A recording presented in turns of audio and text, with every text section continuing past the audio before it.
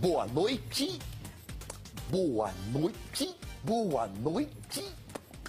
Boa noite. Boa noite. Boa noite.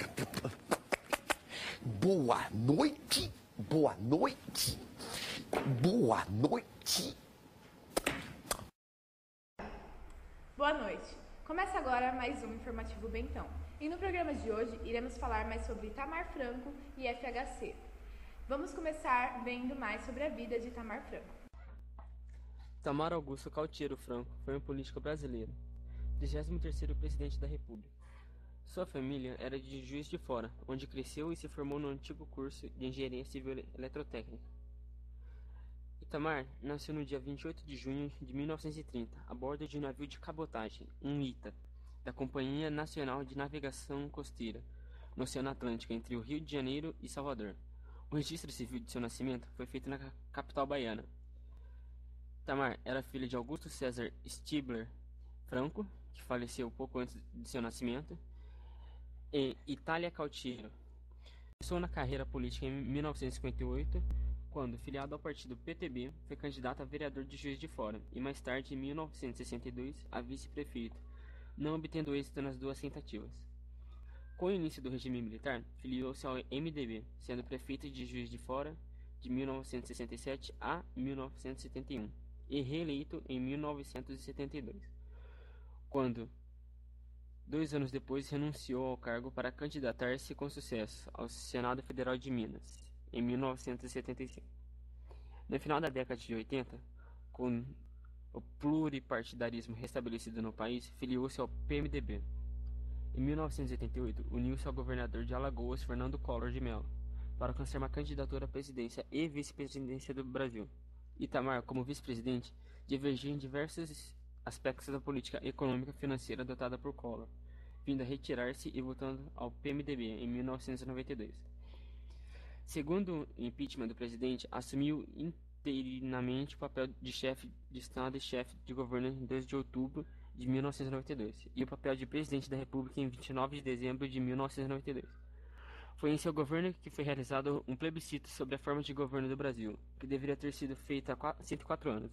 O resultado foi a permanência da República presidencialista no Brasil. Durante seu governo foi idealizado o Plano Real, elaborado pelo Ministério da Fazenda, e foi sucedido pelo seu ministro da Fazenda, Fernando Henrique Cardoso. Muito interessante. Agora iremos saber mais sobre a vida de Fernando Henrique Cardoso. Fernando Henrique Cardoso nasceu no Rio de Janeiro no dia 18 de junho de 1931.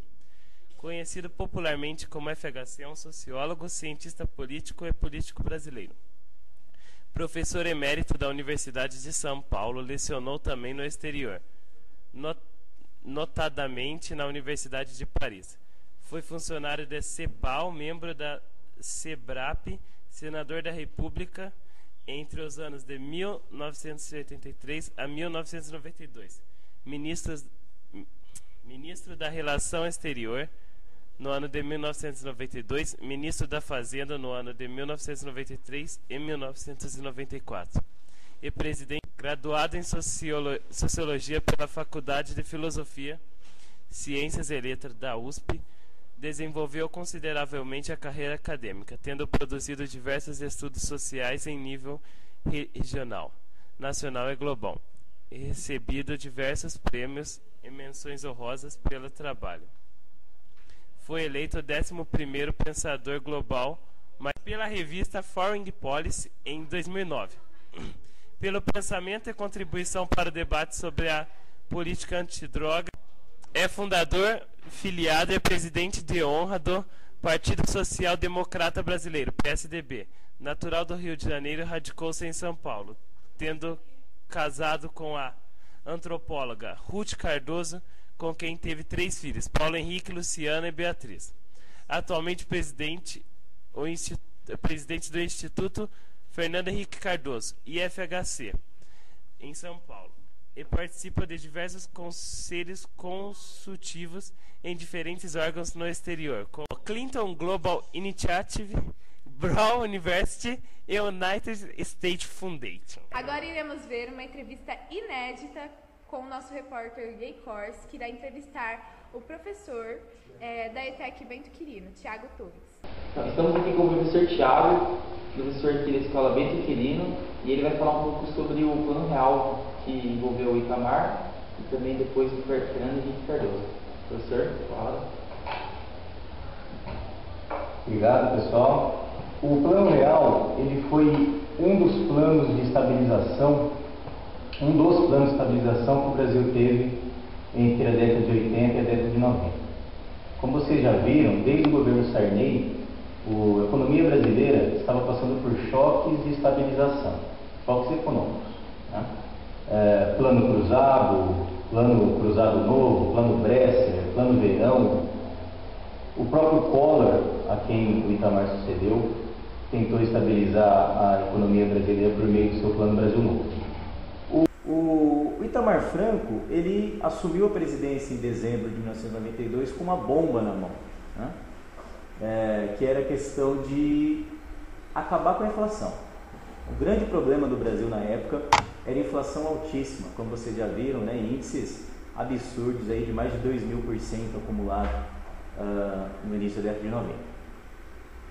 O Itamar Franco, ele teve uma medida muito importante, que foi a troca de ministros, né?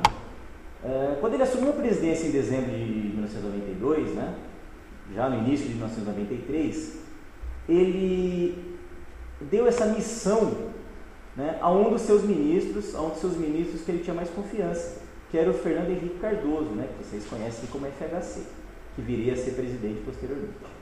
Então o FHC, ele saiu do Ministério das Relações Exteriores e foi transferido, né, pelo próprio presidente para o Ministério da Fazenda, né, se tornou ministro da Fazenda.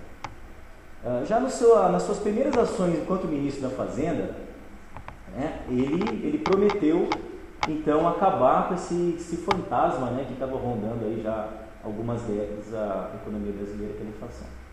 E ele fez isso por meio de mais um plano econômico, que foi o Plano Real. A primeira medida que o Fernando Henrique tomou enquanto ministro da Fazenda foi mais uma troca de moeda. Então, o Brasil, a moeda brasileira, em todo aquele processo de desvalorização, ela perdeu mais 3 zeros e passou de cruzeiro para cruzeiro real, né? do que para os economistas. Porque ela foi uma medida psicológica, né? Primeiro, para que a população brasileira já se acostumasse com a ideia de uma nova moeda, uma moeda que levaria o próprio nome do plano econômico, né? O real, moeda que nós temos até hoje.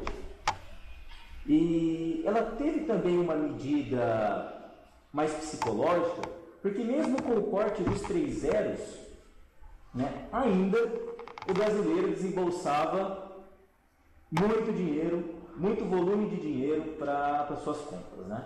Por exemplo, como o exemplo que eu uso muito na sala de aula, uma Coca-Cola custava 5.000 cruzeiros. Imagine, né, você desembolsar 5.000 cruzeiros para tomar um refrigerante, e imagina o quanto você desembolsaria para comprar um carro, para comprar uma casa.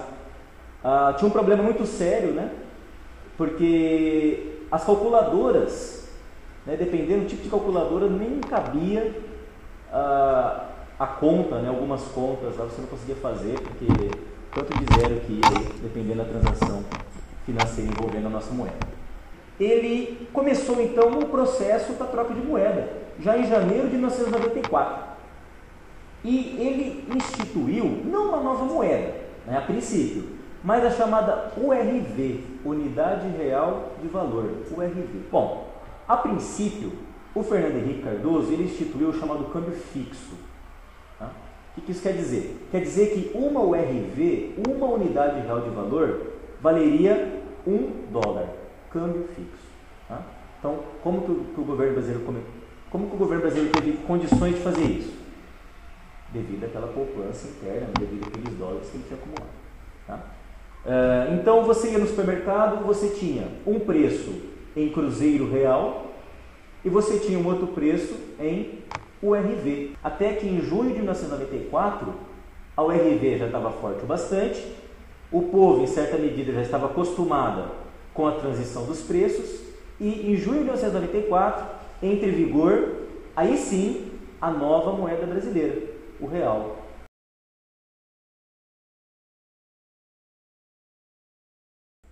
Esse foi mais um Informativo Bentão. Contamos com vocês na próxima semana.